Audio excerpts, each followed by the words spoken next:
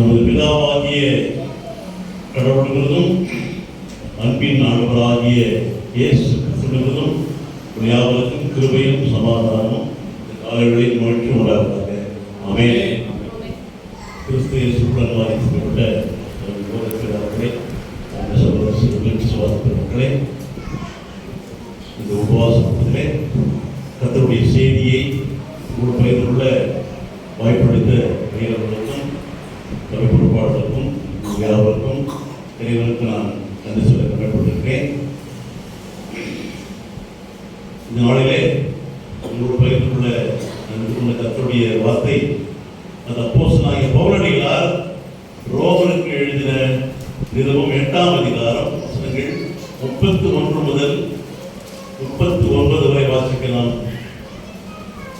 நான் கேள்வி நான் மட்டும் பேச போக முடியாது.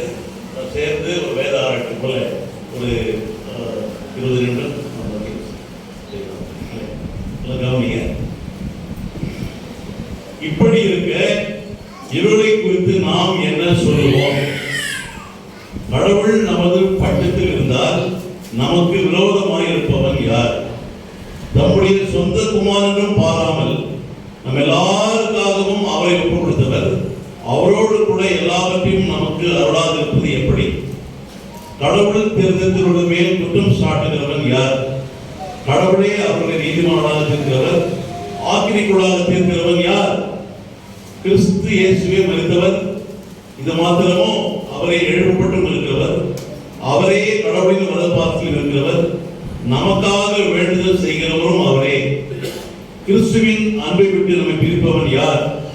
உபத்திரவமோ, வியாகுலமோ, துன்பமோ, பஞ்சமோ, நிர்வாணமோ, நாசமோசமோ, பட்டயமோ?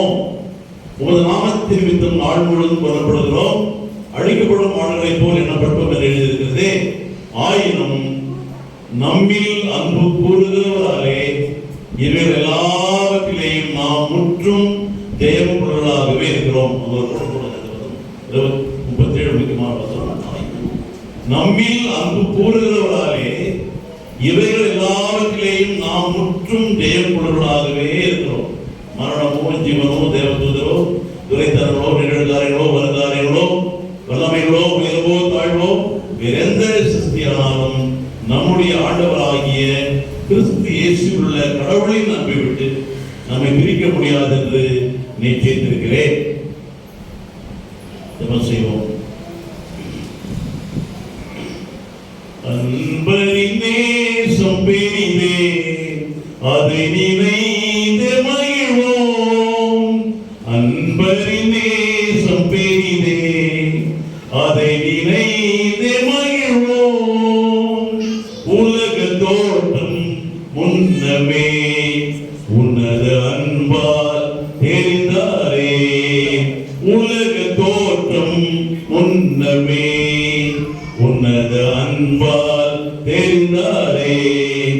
இந்த அன்பு ஆச்சரியமே, இன்பம் வேறும் இது இல்லையே.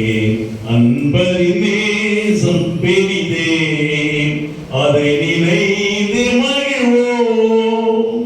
அன்பின் அகலம் நீளமும் ஆழம் உயரம் அறிவேனோ. அன்பின் அகலம் நீளமும் ஆழம் உயரம் அறிவேனோ.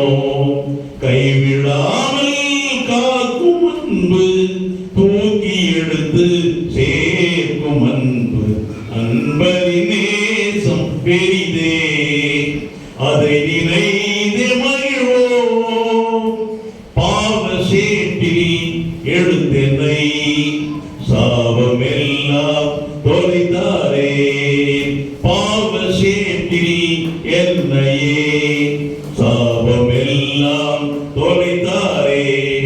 தூய ரத்தம் சிந்தி மீட்ட தூய்மையான தேவ அன்பு. அன்பரின் நேசம் பெரிதே, அதை நினைந்து மகிழ்வோம். அன்பும் இரக்கமும் எங்கள் மேல் அளவற்ற பாசம் கொடுக்கிற பரமபிதாவே, உமது மாபெரும் அன்பிற்காக உமக்கு நாங்கள் நன்றி செலுத்துகிறோம். சாமி, கர்த்தாவே, இதோ எங்கள் சபையிலே நாளில் ஆண்டவரே உபவாச கூட்டத்திலே உமது அன்பை நாம் புரிந்து கொள்ள எங்களுக்கு ஞானம் தார சுவாமி. உங்களுடைய அன்பு எல்லாவற்றிலும் மேலானது, உயர்வானது, சிறப்பானது, பேரன்பு ஆண்டவரே. இந்த அன்பை நாம் புரிந்து கொண்டவர்களாக, உமது அன்பின் மக்களாக இந்த உலகத்தில் நம்மிடத்திலே அன்பு செலுத்தி வாழ எங்களுக்கு உமது ஞானத்தை ஆவித்து நட வேண்டும் என்று நம்முடைய ஆண்டவராகிய இயேசுவின் நாமத்தில் ஜெபிக்கிறோம் எங்கள் பரமபிதாவே. ஆமென். கிறிஸ்துவுக்குள் அன்பானவர்களே, இந்த ரோமருக்கு எழுதின கடிதம் தனிப்பட்ட மனிதனுடைய வாழ்க்கையிலும் திருச்சபை வாழ்க்கையிலும் ஒரு புரட்சியை, ஒரு மறுமலர்ச்சியை, சீர்திருத்தத்தை ஏற்படுத்தின ஒரு நூல் இந்த ரோமருக்கு நிறுவனம். 1500 ஆண்டுகளிலே புத்தர் அவர்கள் விசுவாசத்தால் நீதிமான் பிழைப்பார் என்கிற வாசகத்தில் அவர்கள் எடுத்து பெரிய புரட்சி ஏற்படலே செய்தார் என்று நமக்கு தெரியும். அது மட்டுமல்ல, செயின்ட் அகஸ்டின் என்கிற ஒரு பெரிய ஒரு தூயவர், அவர் வாழ்க்கையிலே பெரிய மாற்றத்தை ஏற்படுத்தினது இந்த ரோமருக்கு எழுதின நிருபம். இந்த ரோமருக்கு என்ன நிருபத்திலே அநேக சித்தாந்தங்கள், அநேக கிறிஸ்துவ கொள்கைகள் எழுதப்பட்டிருக்கிறது.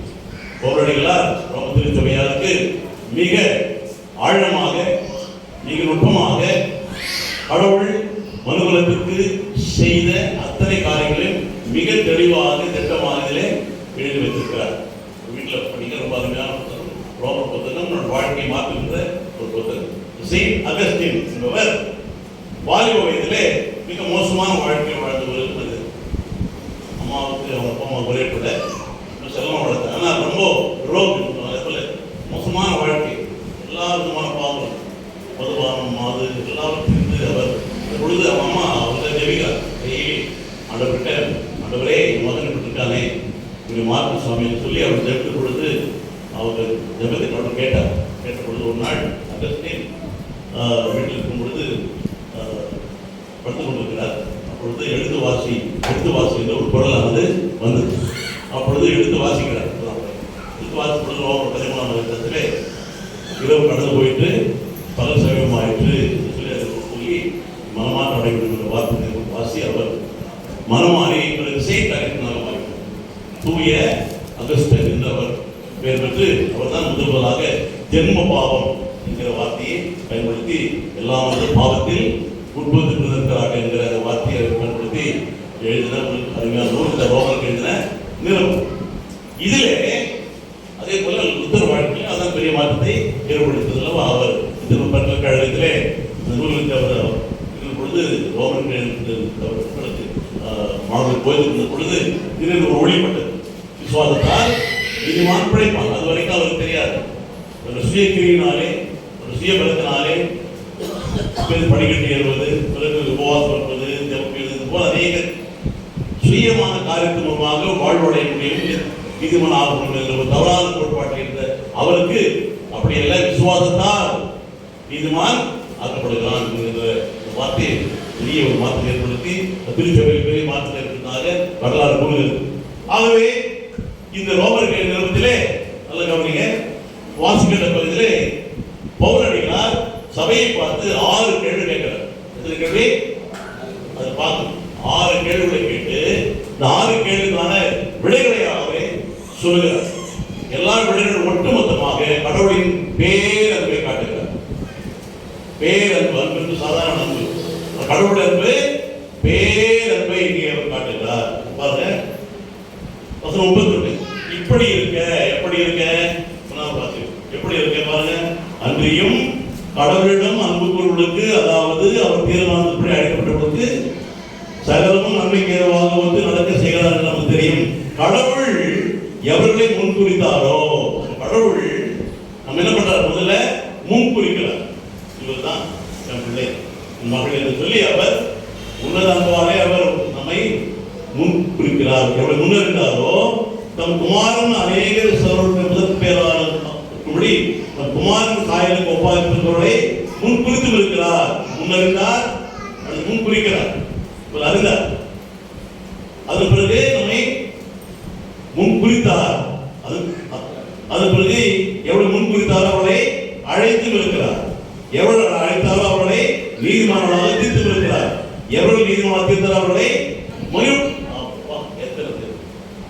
இப்படி இருக்க எப்படி இருக்க என்ன சொல்ல போகலாம்? முன்னிருந்தாரா, முன்குறித்தாரா, அழைத்தாரா, நீதிமான் ஆக்கினாரா, வருத்தப்படுத்தினாரா, மகிழ்வுபடுத்த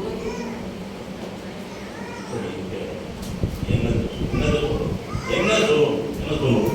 இவ்வளோ செய்த கடவுளுக்கு நான் முதல்ல பண்ணோம் நன்றி தான் சொல்லுவோம். முன்னிருந்தார், முன்குறித்தார், அழைத்தார், நீதிமானாக்கினார், மட்டுமா என்னை இவ்வளோ இதெல்லாம் கடவுள் செய்தது. அதெல்லாம் கவனிங்க. நம்ம ஒண்ணும் கிடையாது. நாம் பேசுகிற பாவிகள், நம்ம அற்பர்கள், நாம் தகுதியில்லாத மக்கள்.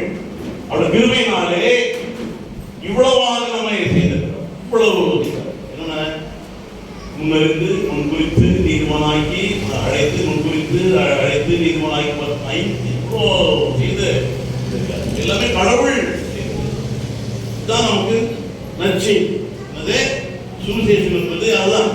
யாருக்கிட்ட சொல்ல சுவிசேஷம் என்றால் என்ன, சுவிசேஷம் என்றால் என்ன என்று நமக்கு தெளிவாக தெரியும். அதை வரையறுக்க வேண்டும். What is gospel? சுவிசேஷம் என்றால் என்ன சொல்லுங்க. கேட்கலாம். சுவிசேஷம் நற்செய்தி என்றால் என்ன நீ சொன்ன சுவிசேஷம் என்றால் என்ன கேட்கலாம். என்ன சொல்லுங்க? நம்ம சொல்லுவது சுவிசேஷம் வந்தார்.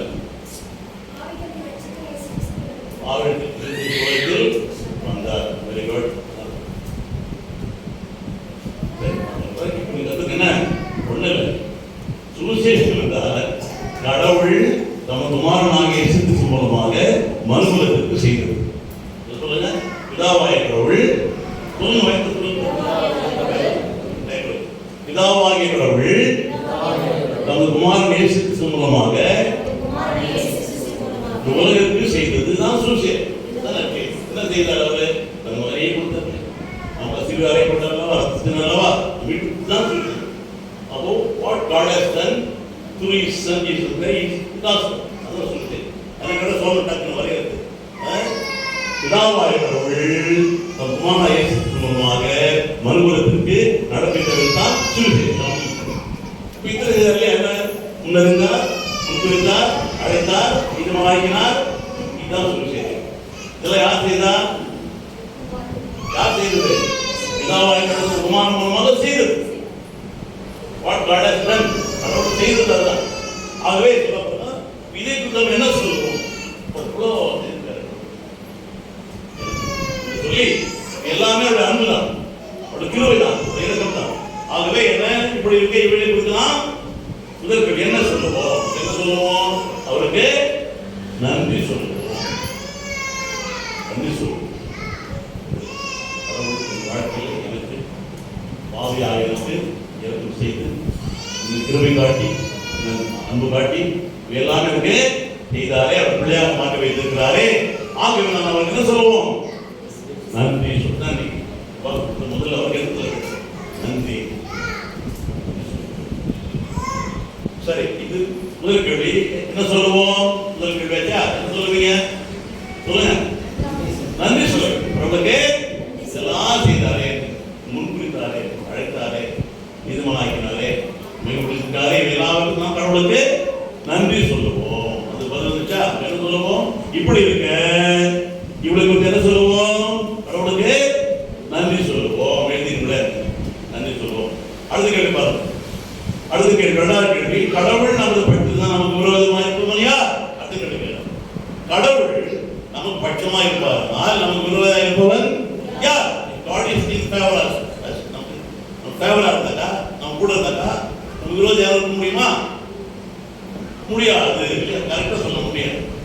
இது பல எடுத்துக்காட்டு பயத்திலே இருக்கிறது. கடவுள் நமது பட்சம்தான் நமக்கு விரோதமாக இருப்பவன் யார்? ஆதியாகமம் 39:2 வாசிங்க. ஆதியாகமம் 39:2. கர்த்தர் யோசேப்போடு இருந்தார். அவன் காரிய சித்தி உள்ளவனானால் அவன் எகிப்து தேசம் இருந்தான். கர்த்தர் அவனோடு இருக்கிறார் என்றும் அவன் செய்கிற யாவையும் கர்த்தர் வாய்க்க பண்ணார் என்றும் அவன் எஜமான் கண்டு. என்ன பார்க்க யோசேப்போடு யார் இருந்தார்? கர்த்தர் இருந்தார். அவர் பேவலா இருந்தார். ஆகவேதான் நம் காரியம் சித்தி பெற்றார். இதெல்லாம் வாய்ப்பு. அவனை எகிப்துக்கே அதிபதியாக மாறினான். அரசாங்கத்தில் பெரிய உத்தியோகத்தை பெற்றார். என்ன காரணம்? கடவுள் அவனோடு கூட இருந்தார். அவன் பட்சமா இருந்தார். யோசேப்போடு கர்த்தர் இருந்தால்தான் அவன் பெரிய ஒரு மனிதனாக உயர்த்தப்பட்டான். நம்முடைய வாழ்க்கையில கூட கடவுள் நம்மோடு கூட இருப்பாரானால் கடவுள் மேல உயர்த்த வல்லவர். யோசேப்பு அப்போ எகிப்து நாட்டிலே அடிமையா போனாங்க. அந்த நாட்டிலே இந்த ஏழையான யாக்கோபு மகனான யோசேப்பை அதிபதியாக வைத்தாரே. என்ன காரணம்? கர்த்தர் அவனுக்கு பட்சமாய். அவனுக்கு விரோதி யாரும் கிடையாது. யோசேப்புக்கு எகிப்து நாட்டு விரோதியே கிடையாது. எல்லாரும் அவர்கள் பகைத்தார்கள். பகைத்தவர்கள் காலம் உழைத்தார்கள். எல்லாம் வந்து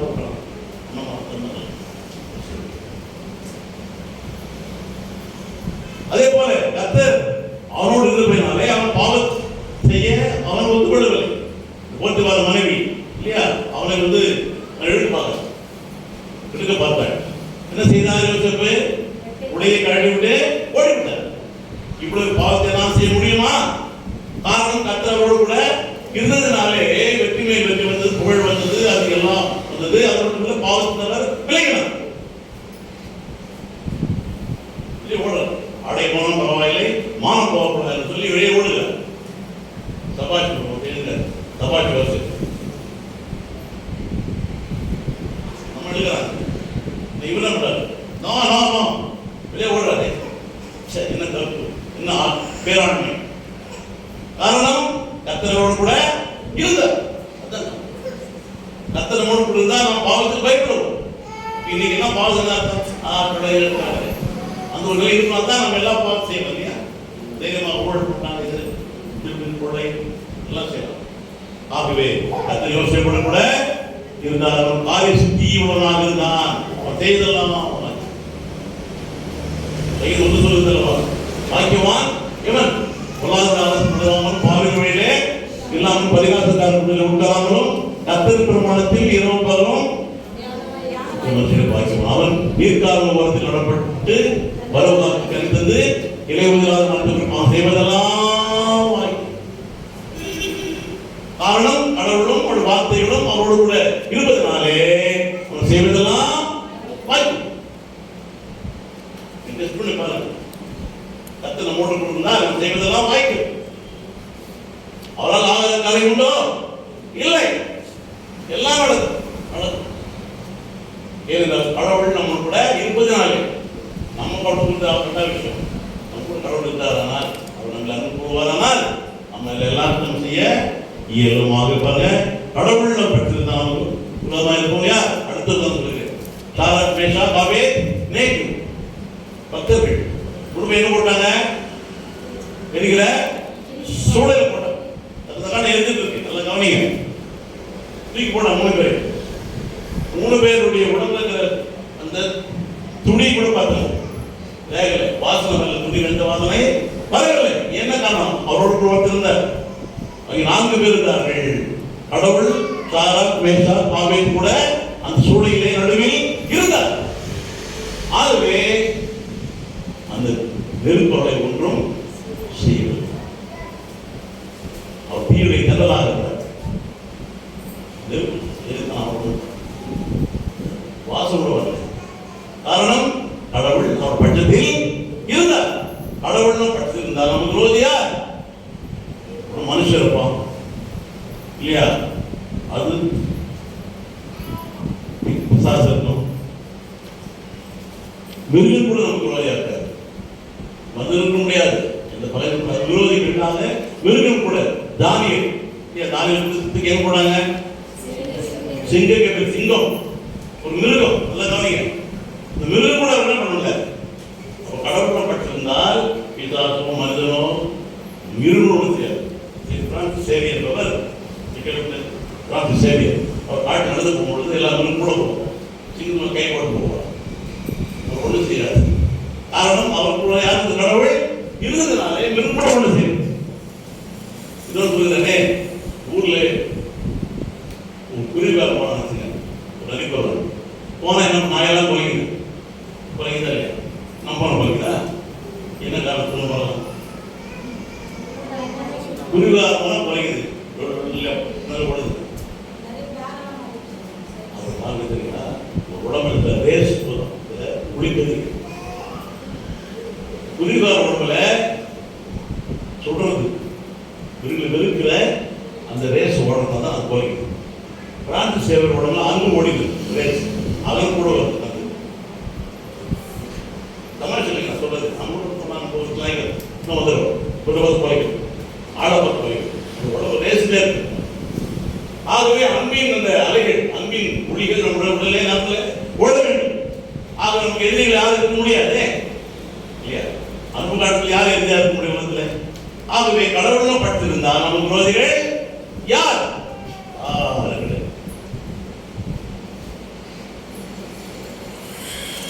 சரி, தீயவர்கள், மிருகங்கள் யாரும். தானியேல் சிங்கத்துக்கு போடா, சிங்கம் கட்டிச்சா கட்சிகள் அந்த பஸ் ஓடுறதுக்கு அப்படியே எரி பிடித்து இருக்கும். நான் தடை கொடுத்துக்காரு. எப்படி? என்ன காரணம்? ஒய் என்ன காரணம்?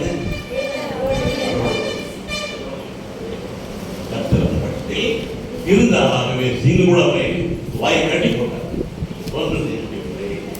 கடவுள் நம்ம பெற்றிருந்தால் விரோதம் இருப்பவன் யார்? யாரும் கிடையாது. அடுத்த கேள்வி பாருங்க.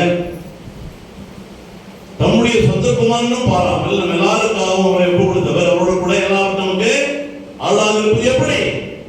சிலனடி நெஞ்சடி அடிக்கிறார். சொந்த குமாரனை நம்ம கொடுத்துக்கிறாரு, மற்றொரு கொடுக்க மாட்டாங்க.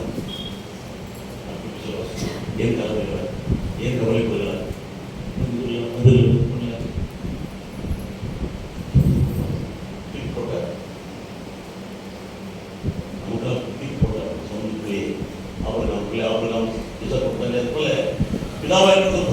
சொந்த குமாரனையே சொந்த குமாரனும் பாராமல் என்ன கொடுப்பாங்களா? சொந்த பிள்ளைய சொந்த குமாரனும் பாராமல் நம்ம எல்லாருக்காகவும் அவர் ஒப்பு கொடுத்தவர் அவரோடு கூட எல்லாவற்றையும் நமக்கு அருளாது இருப்பது எப்படி?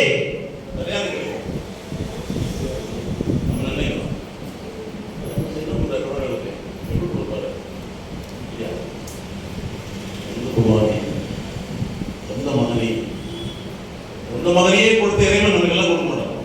ஆத்மீகத்தையே கலந்துறார். ஆட்டுக்குட்டி வந்து பார்ப்பார்கள் இருக்கிறதுங்களே அதுக்கு எந்த ஒரு ஆழ்மோட அப்படி போயிட்டு உட்காந்துதா ஐயோன்னு மனசுதான் பண்ணுறோம்.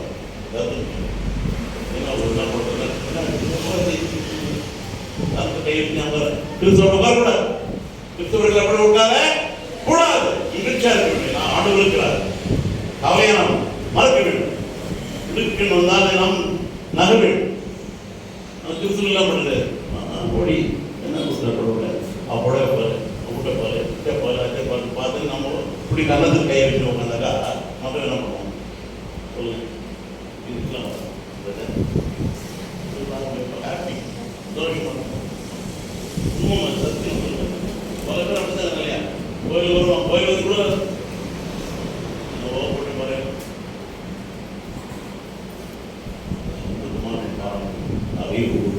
எல்லாருக்கும் அழகா இருப்பது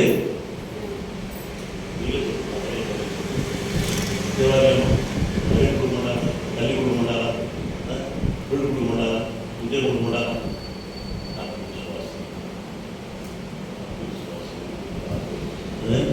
சொந்த குமாரனும் பாராமல் நம்ம எல்லாருக்காகவும் அவரை கொடுத்து அவரோட கூட எல்லாவற்றையும் நமக்கு அருளாது இருப்பது எப்படி? கட்டாயம் என்ன பண்ணார்? அருள்வார் இல்லையா? எல்லாவற்றையும் அருள்வார் அருள்வார் என்ற விசுவாசம் வேண்டும். அடுத்து கேட்டு போறோம். அடுத்து கடவுள் கடவுள் தெரிந்ததுக்கு குற்றம் சாட்டுகிறவன் யார்? கடவுள் தேர்ந்தெடுத்தவர்கள் மேல் குற்றம் சாட்டுகிறவன் யார்? கடவுள் நமக்கு தேர்ந்தெடுக்கிறார், தெரிந்து கொண்டார். பிள்ளைகளா மகளா தேர்ந்தெடுத்து வச்சிருக்காரு. உன்னை யார் குற்றம் சாட்டணும்? பிசாசு குற்றம் சாட்டணும், இல்லை கடவுளே குற்றம் இல்லையா? நம்ம தவறு செய்யணும் கொடுத்தாரு. ஆனால் கடவுளே தெரிந்து கொண்டதுனாலே நம்ம யார் குற்றம் காட்ட முடியாது, கூடாது, அது நம்ம கூடாது. ஆகவே கடவுள் தெரிந்து போய் குற்றம் சாட்டுகிறவன் யார்? யாரும் குற்றம் சாட்ட முடியாது. காரணம் கடவுளே அவர்களை தான் நீதிமானாக இருக்கிறவர். நீதிமான் சொல்றாரு, அவன் மன்னிக்கப்பட்டது. மகளே எழுது போ. அப்படிப்பட்டாள் பெண் எல்லாம் வர பிஷு வந்து நிக்க வச்சாங்க. கல்லு கொலை பண்ணணும் மோசோட சட்டப்படி அந்த பெண்ணை அவன் விமச்சார். அவளை கல்லு கொலை பண்ணணும்னு சொல்லி நிற்கிறான். என்ன ஆண்டவர் உள்ளே மாசியாரும் எல்லாம் போயிட்டாங்கன்னா என்ன சொன்னார்? மகளே கடவுளே நம் பாவனை மன்னி. நல்ல கவனிக்க, எனக்கு சொல்றது ரொம்ப ஆழ்ந்த கவனிக்கும். கடவுளே நம்ம நியாயம் தீர்ப்பவர் அவர் தான், நம்ம குற்றப்படுத்துவது அவர் தான், நம்ம தண்டனை கொடுக்கிறவர் தான், நம்ம கோபப்படுறது அவர் தான். அவரே நம்மை நம் பாவத்தை மன்னித்து நீ நீதிமான், நீ தூயவன் என்று சொல்லிவிட்ட பிறகு யாரு நம்ம சொல்றேன்? சொல்லுங்க, யாரா இப்படி சொல்லுகிறேனே. ஒரு வாட்ச் நீதிமன்றம் இருக்கிறது போதும், இருக்காரு, அதுதான் நீதிபதி. தம்பி வர அப்படி ஏதோ தப்பு பண்ணார், பண்ணார் வந்து நான் பண்ண சொல்றேன், ஐயா நீங்கள் வந்து 500 ரூபாய் சொல்லிட்டு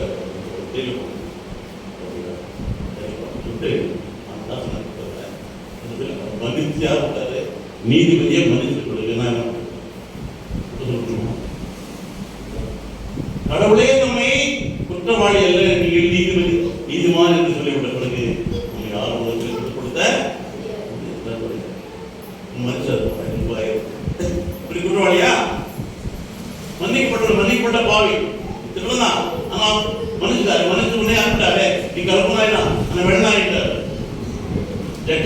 ஜட்ஜே சொன்ன பிறகு அப்பீல் இருக்கணுமா? அதுக்கப்புறம் மேல்முறையீடு போக முடியுமா? இல்லை சுப்ரீம் கோர்ட்டு சொல்லிட்டு, சுப்ரீம் கோர்ட்டு சொல்லிவிட்ட பிறகு நீதிமான் என்னுடைய பிள்ளை என்று சொல்லிவிட்ட பிறகு நம்ம யாரும் குற்றம் சொல்ல முடியாது. கடவுளே அவர் வளர்த்திருக்கிறவர்.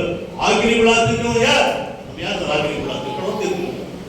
ஆக்கிரி விழாத்திற்கு அதிகாரம் படைத்தவர் கடவுள் மட்டுமே. அவரே நம்ம மன்னித்து விட்டார். ஆக்கிர தீர்ப்பு நமக்கு கிடையாது. கிறிஸ்துவுக்கு ஆக்கிர தீர்ப்பு என்பது கிடையாது. நமக்கு மோட்சம் தான், நமக்கு நித்திய வாழ்வு தான், நமக்கு நரகம் என்பது கிடையாது. நம்ம யாரும் நரகம் போக முடியாது, போகக்கூடாது. இருந்தால் நாம் கிறிஸ்துவன், நாம் கிறிஸ்துவோடு வாழ்கிறவர், கிறிஸ்துவின் ஜீவனை பெற்றவர்.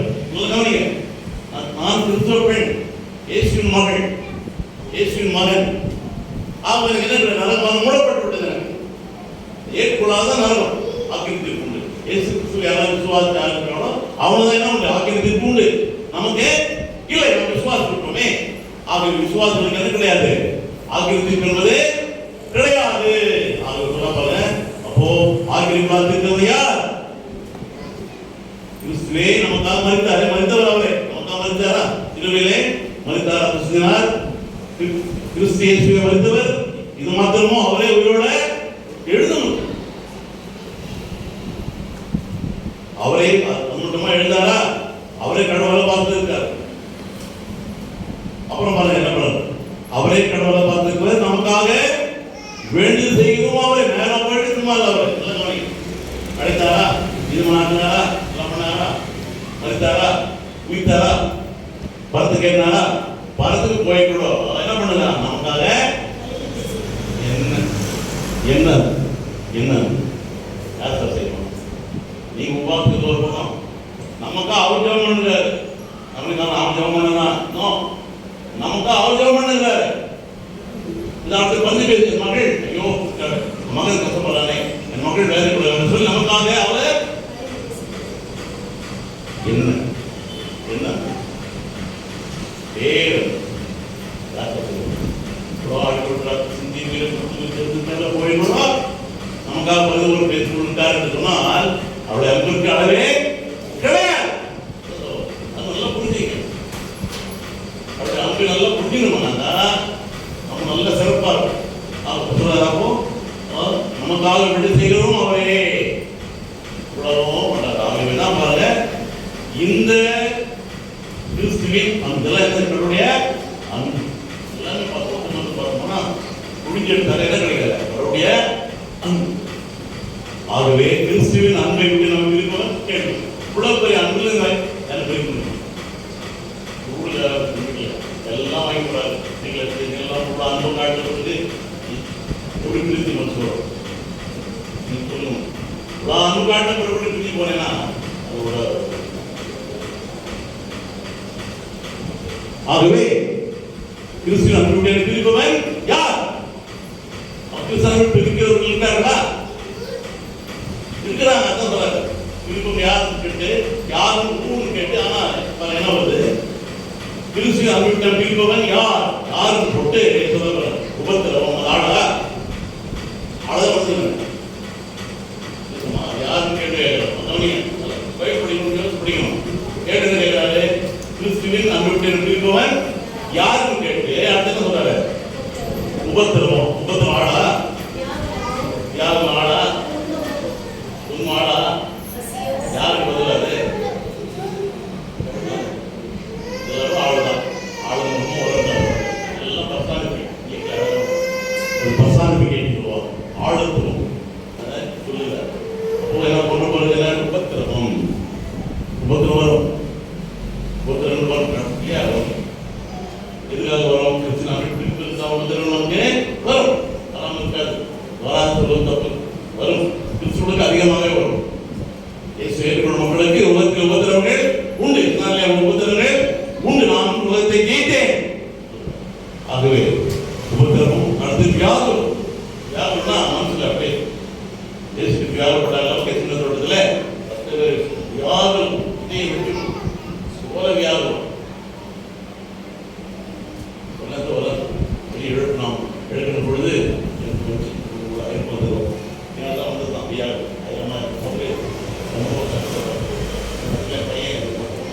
வியாபம் வரும். அதனால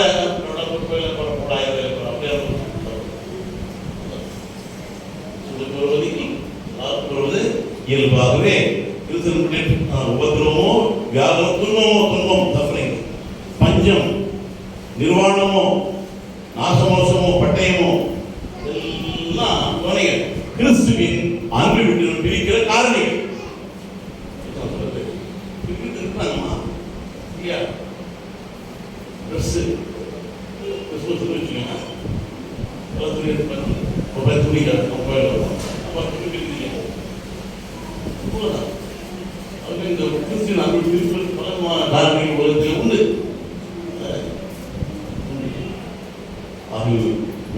நாள் முழுவதும் கொல்லப்படுகிறோம், அடிக்கப்படும் போல எழுதுகிறது. ஆயினும் எல்லாம் வருத்தவனே உபத்திரவம், துன்பம், நாசமோசம், வியாகரம், பட்டயம் போல எல்லாம் வரும் என்ற பொழுதும் ஆயினும் இவந்தோ ஆயினும் இவந்தோ எல்லாம் வருவோம். வந்தாலும் கூட ஆயினும் நம்பி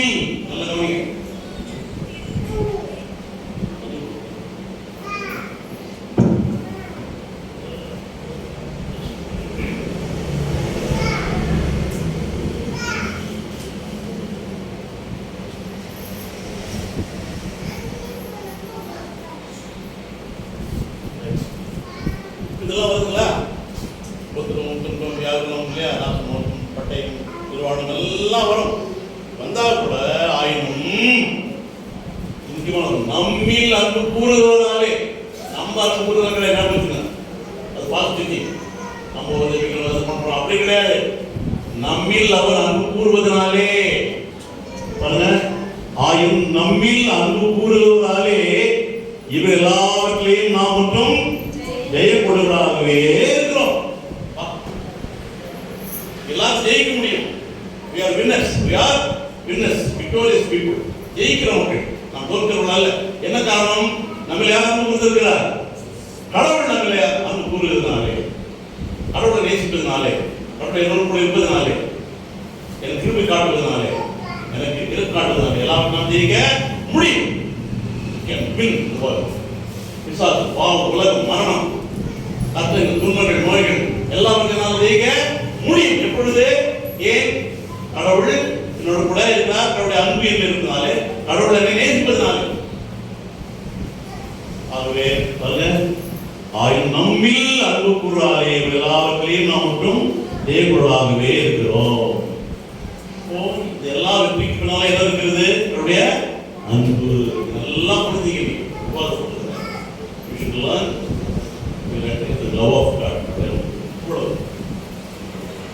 ஆகவே மரணமோ ஜீவனோ தேவதூதரோ துரைத்தனங்களோ நிகழ்காரியங்களோ வருங்காரியங்களோ வல்லமைகளோ உயர்வோ தாழ்வோ நிரந்தர சக்தியாக நம்முடைய ஆண்டவராகிய கிறிஸ்துவுள்ள கடவுளின் நன்மை விட்டு நம்மை பிரிக்க முடியாது தெரிந்திருக்கிறேன். இப்பொழுது அங்கிறது கடவுளுடைய அன்பை நாம் புரிந்து கொள்ள வேண்டும். சிலருடைய அன்பை நாம் புரிந்து பார்க்க வேண்டும். எவ்வளவா எனக்காக அடிக்கப்பட்டார், நோக்கப்பட்டார், அவமானப்பட்டார், ரத்தத்தை சிந்தினார், என்னை மீட்டுக் கொண்டார், என்னை முன்னிறுத்தார், முன்குறித்தார், அழைத்தார், நீதிமானாக்கினார், வயோடு இருக்கிறார், சொந்த குமாரி எல்லாம் இருக்கு போட்டு அன்பு அன்பு மலைபோன்ற அன்பு. நன்பு நம்ம யார் போயிருக்கோம் அன்புல என்னை பிரிக்க முடியாது.